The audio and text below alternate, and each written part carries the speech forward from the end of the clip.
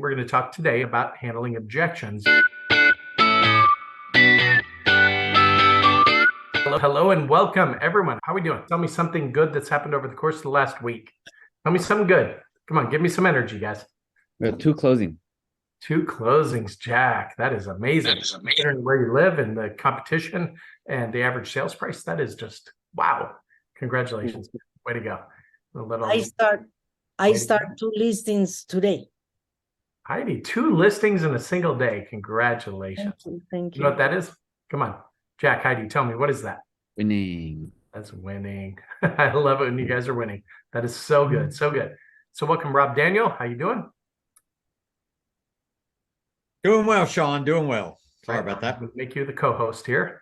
Okay. There we go. You are officially the co-host, and you're going to help me facilitate today. In fact, we've got a really special guest today, and I'm really excited about this.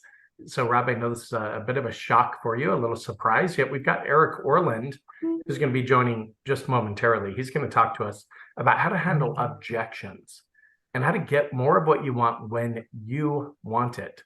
So I'm really excited about that. Yet let's keep going with the wins. Come on, somebody tell me something good.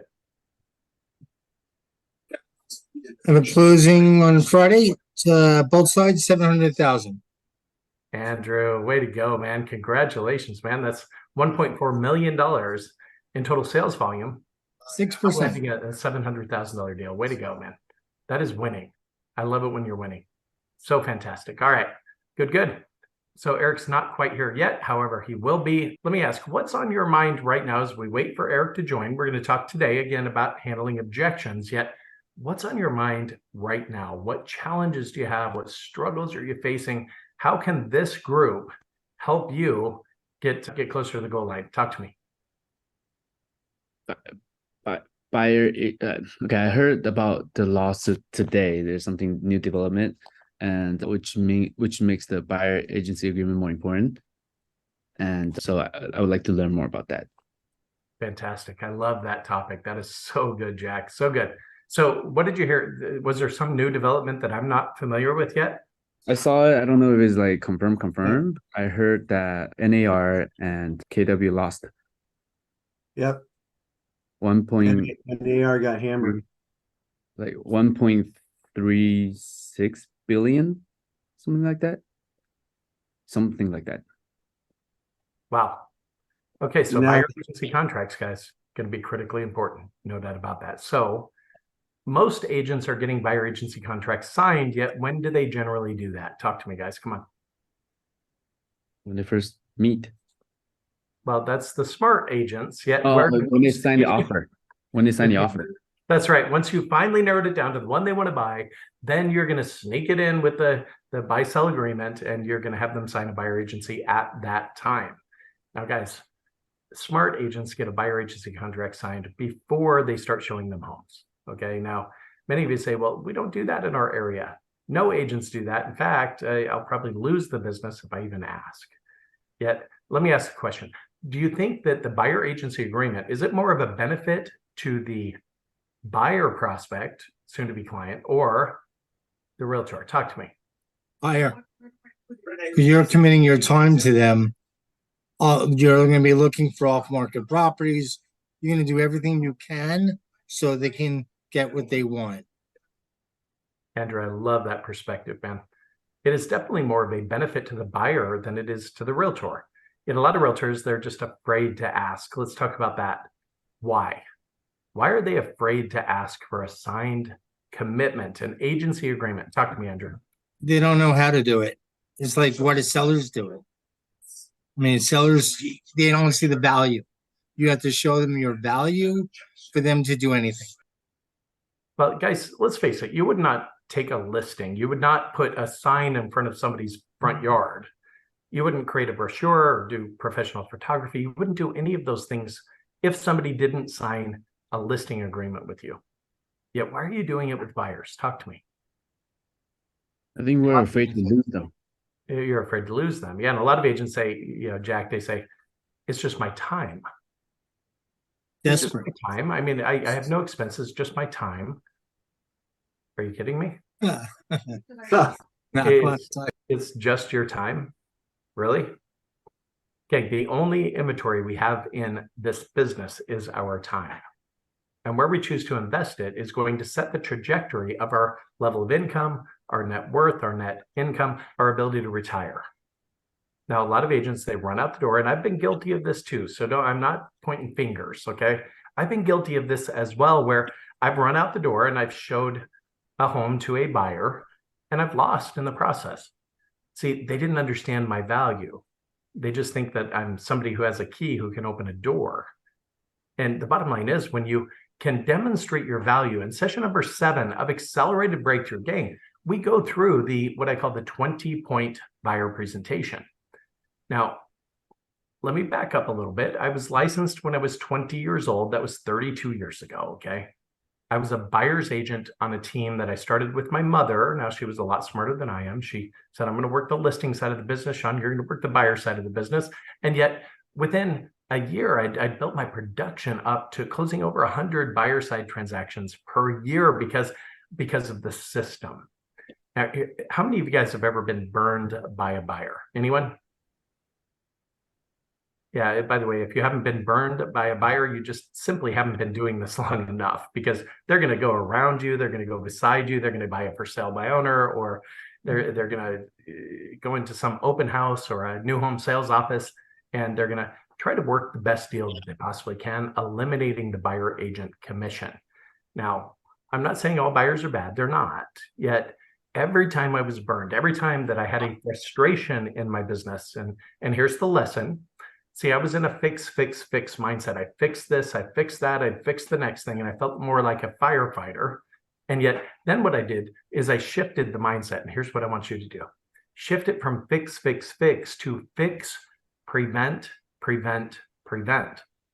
And that's where this 20-point buyer presentation came from. I mean, I remember one of my best friends from elementary school through middle school, what we called junior high back in those days, right? Through high school. And he called me, we kind of lost touch. And he called me, I was probably, I don't know, 27, 28 years old at this time. And he called me out of the blue and, hey, Sean, I want to buy a house. I said, Scott, good for you, man. That is just remarkable. Let's make that happen. And I skipped the initial counseling session. I figured, hey, this is an old friend of mine. There's no way he's going to screw me over in any way, shape, or form. I don't need to go through the presentation. I don't need to educate him. I'll just do it as we go, right? So I take him out the first weekend. We looked at 15 homes. Took him out the next weekend, looked at another 5 or 6 properties, none of which worked. And then all of a sudden he starts ghosting me. He's not returning my calls. I can't get him on the phone. I can't set our next appointment, which is another lesson I learned that I'll talk about in a second. Yet what he ended up doing was going to a for sale by owner. And the FSBO said, well, if you don't use your realtor, I'm going to give you a 3% discount. And he took advantage of that. So I found out later, and needless to say, we're no longer friends. The bottom line is, whose fault is that? Come on, it's my fault because I didn't do it right. I figured I could skip the presentation. Now, in all cases, I don't care if it's a referral of a best friend who sent you to somebody, give them the presentation. See, that way, once you earn their business, when they go to refer you to other people, they're going to say, hey, this is a great realtor versus, oh, this is a great guy. You guys with me on this? This is a great gal. You should work with her. Yet when we demonstrate that professionalism, guys, when we give them the presentation, we educate them, then we become a great realtor instead of a great person. Make sense? Rob, come on. I can see you're definitely deep in thought. What are you thinking, bud? No. I'm sitting here thinking exactly what you're saying. And I'm also seeing Eric Orland on here. And then I know that you want to get to Eric. So I was just thinking, okay, should I comment? Should I not comment? But let's go ahead and bring Eric in, since it's always a good pleasure to have him around. Well, let me introduce you guys to one of the most amazing individuals at EXP. I will tell you, this guy, and Eric, I'm going to digress. I'm going to tell a quick story about you, if that's all right. See, Eric came to me. Sean, first of all, thank you. It's really, in fact, Eric, how old were you when we met? I think you were 60, 61. No, God, Sean, I'm only 62 now. 58. 58. Okay. I just lost everything to my name. Exactly. So let me tell you, Eric is a brilliant man and a great businessman as well. In fact, he's a former investment banker, and he brought companies like Google Public, okay? Eric has made millions of dollars over the course of his career, and deservedly so. And yet, when you came and we had that first conversation, Eric, you were a little bit disheveled. You were like, what am I going to do with my career? And we talked about EXP. We talked about the opportunity. And Eric made the commitment that he was going to create 20 live conversations per day. Let me tell you, Eric just got back, a couple of months ago, Eric, from a 60-day trip to Europe. Spain and Europe. The bottom line is, here's a guy who's gone from zero to hero, and then zero to hero, kind of like me, where we have these ups and downs. And yet, Eric, I just want you to pour into these folks today. You're a great sales trainer. You are just one of the best people at handling objections. And that's what I want you to talk to them about today, is how to handle, overcome objections, improve their sales volume. So without further delay, let me just introduce Eric. Thanks for being here, brother. Well, thank you.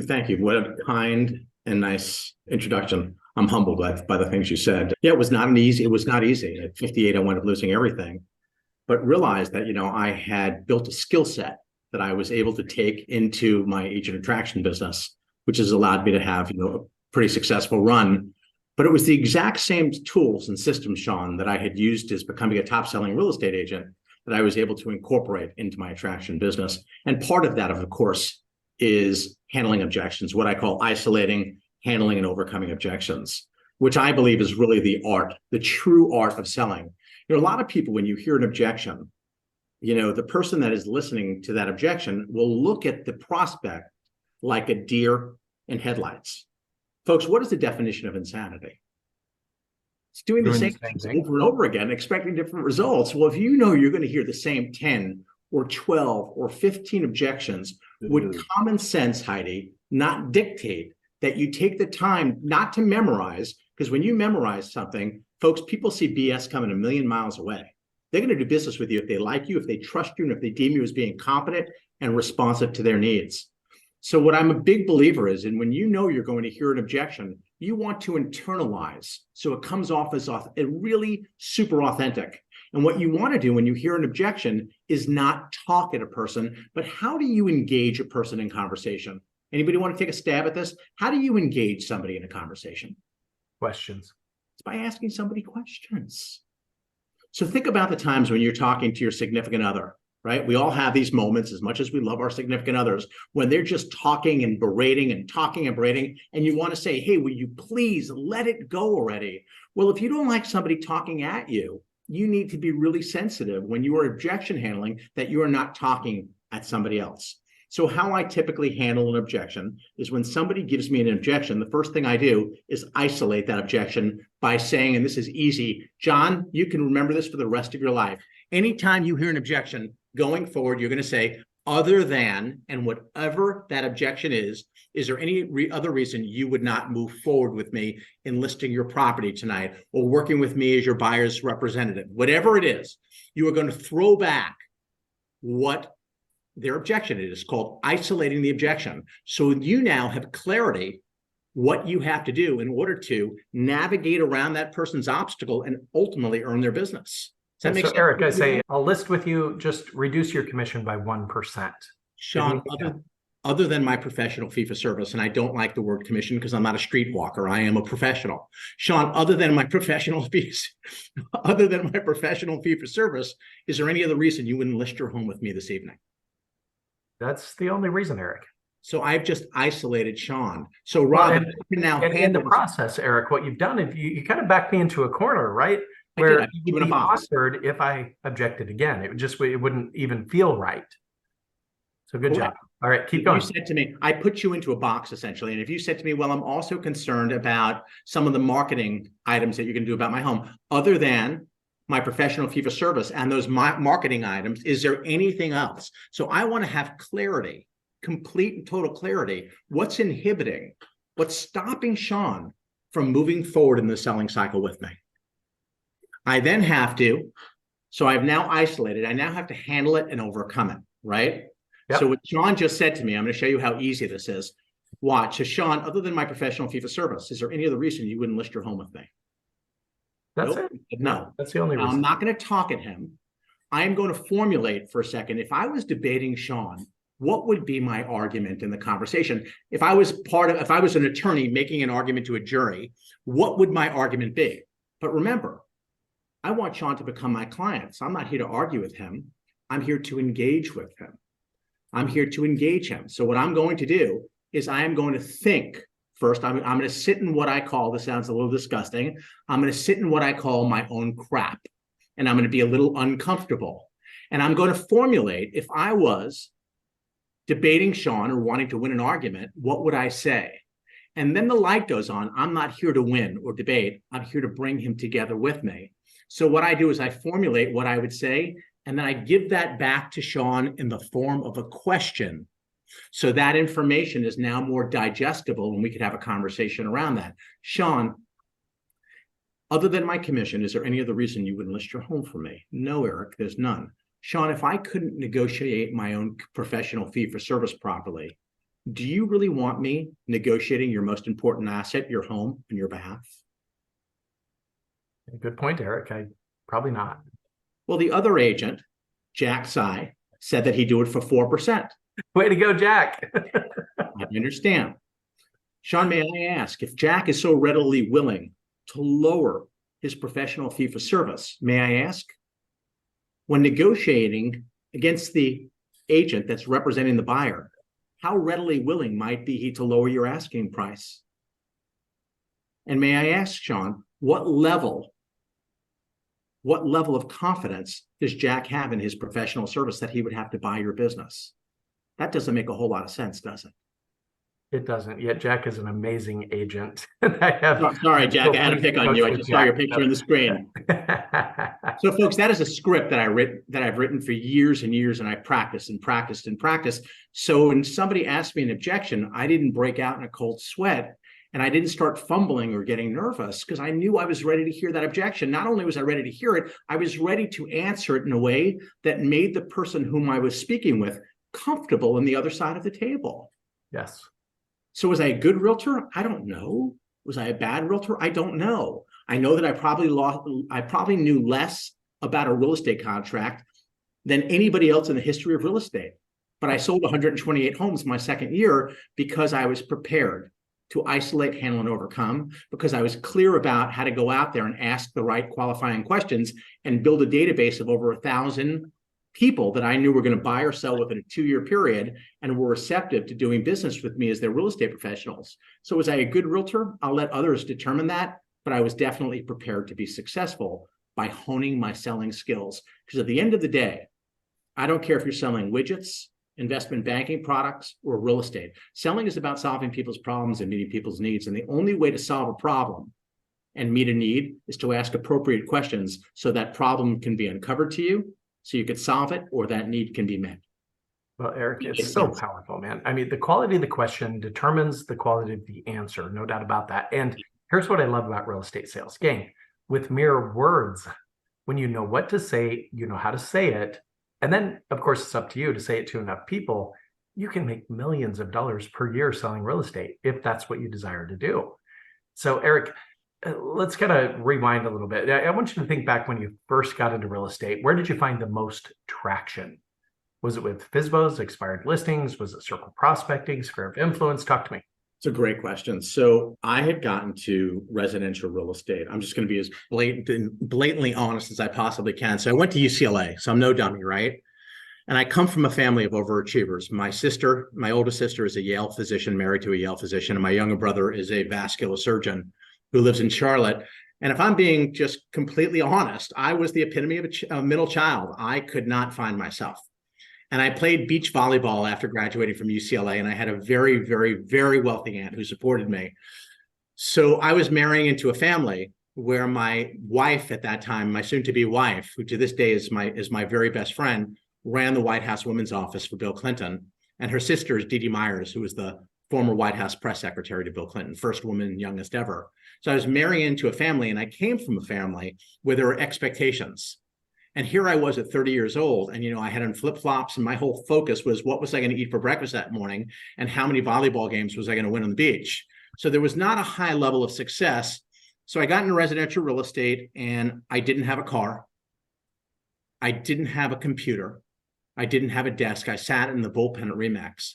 And I'm going to date myself here, Sean. I used to carry around, do you remember the metal index card boxes? Those little metal index card boxes? I do, yes. Sadly, I'm old enough to remember that. Yes. So I would go around and have as many conversations each and every day as I could with the focus of building a database based on the strength of the questions that I was willing to ask somebody and being a good listener. And I wanted to understand when they were moving, where they were moving, why they were moving, which told me their motivation. I wanted to know if they were open to working with me as a realtor. I call this the general prospecting script. My first year in real estate, I had over 800 people in my database that I knew factually were going to buy or sell within a 2-year period, Heidi, and they were simply receptive to doing business with me. So I knew that I was going to make a significant amount of money because I had put the time and effort into building my business. So my days started going around and going out to expired listings, Sean, with a very good expired script, something again that I internalized. I did not memorize, so it came off as being authentic and allowed me to be comfortable and confident when addressing somebody. How many of you guys want to hear that? Anyone? I want to hear it, Eric. Come on, let's hear it. Let's do it. How are you, Kevin? Loving it, man. I'm here for the big guys. So my expired script went something like this. I would go out to the door and I would knock on the door. If the person was not home, I would have my pre-listing packet and an expired letter in a Federal Express envelope. Why would I put my materials in a Federal Express envelope, butt it against the door? I love it. I open it. I love it. What do you guys think? Come on. Why would I put my expired materials in a Federal Express envelope butted up against somebody's door? It'll get open in importance. That's exactly it, Andrew. It's going to get opened, right? And Federal Express is going to be happy to give you 1,000 or 1,000,000 or 5,000,000 envelopes, because every time you pass out one of their envelopes, what are you doing? You're Advertising. I love it. You're branding them. The same reason they're going to pay $50 million for a Super Bowl commercial. You're going out there giving out their envelopes. You are in fact branding them. So I would be prepared if someone was not home. I would put my listing materials butted up against their door in a pre-listing packet in a Federal Express envelope. If they were home, this was my script. Sean will role play this together. Sean, I'm sorry to stop by your home today, but I deemed that you and your home was important enough that I wanted to meet you face to face. Sean, my name is Eric Orlan, and I'm with eXp Realty. May I ask, were you aware that your home has expired from the multiple listing service and is no longer on the market? Yeah, I've gotten several calls already this morning from other agents telling me. Yeah. So Sean, then you now know that your home is no longer being able to be shown. Is that correct? Yeah, I suppose so. Sean, may I ask, are you still interested in selling the property? I am, yet Eric. Make it hard on me. Make it hard on me. Say no. Oh, no. Okay, so no. Make it. I'm not interested. I want it to be as hard as possible because I wanted to practice this. I wanted to know as hard as I was going to get hit, how I was going to bounce back. No, Eric, I'm not interested at all. We're done. We've done. Well, Sean, may I ask, if I had a qualified buyer willing to pay you a price that was acceptable, would you consider selling the property?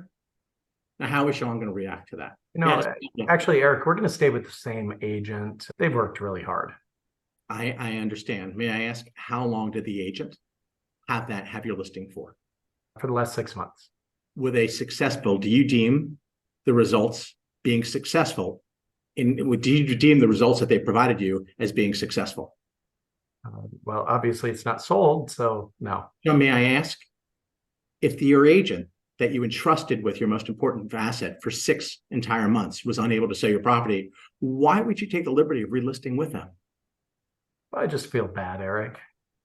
Sean, may I ask, if you believed wholeheartedly that I was the agent that could sell your home for the most amount of money and get it sold quickly in the smoothest manner possible, could I be in a position to earn your business? Potentially. I just need to talk with my wife. And do you have a business card? Sean, what I have is better than that, because your home is more important than a simple conversation. What I'd like to do is get our accountants and find a time where I can come over and meet with you and your wife to see if I am the right agent to handle the transaction of helping you sell your most important asset. Sean, I have an availability. Are Tuesdays or Thursdays typically better for you? And I'm going to take them to what we call an alternative close. But let's say Sean says to me, you know what, Eric, I'm no longer interested in selling my house, because that's typically what they're going to say. They just want you to go away. I'm going to respond to Sean by saying, Sean, if I had a qualified buyer that was going to pay you a price that was acceptable, would you in fact consider selling your property? And what Sean is typically going to say to me is, well, Eric, do you have a qualified buyer? I am going to respond by saying, Sean, you and I both know that there's no such thing as a qualified buyer until I know what the seller has and what the buyer wants. What I do have is the opportunity to come by and preview your home. Would you have an availability for me to do so either on Tuesdays or Thursdays? And I'd close on that. And then what they would typically say to me is, hey, hold on, cowboy. My home's been on the market for 6 months. I don't ever recall you selling the property. May I ask, why are you coming here in the 11th hour and telling me you may have a buyer when you never showed the property? It's a great question, right? All that is an objection. Here we go. Sean, I'm sure you realize that literally thousands of homes come on and off a real estate market. Would you agree? Yes. Would it not be, all questions, no talking, Sean, would it not be virtually impossible for you, for that matter, for anybody to know all of the inventory? Yeah, I suppose you're right, Eric.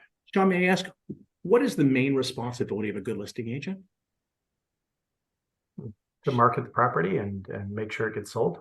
Yeah, Sean, to get the other agents excited about bringing through their qualified buyers. Sean, do you know the reason that I never showed your property? Tell me. Unfortunately, nobody ever got me excited, but I, as your realtor, will be sure I never make that same mistake. So good. That script netted me, and I mean not one, but millions of dollars a year. So each and every day, what I would do is I go into my office, not at 8:01, not at 8:02, not at 8:03. I would be in my office before 8 o'clock, and I would map out how many expireds were on the market. So if there were 10 expireds on the market, I would go out to every expired's home. In a way of doing my business, I'm a contrarian. If I knew every other realtor was going to call the realtors, I'm going to go out there and meet that seller face to face and distinguish myself from everybody else in the marketplace.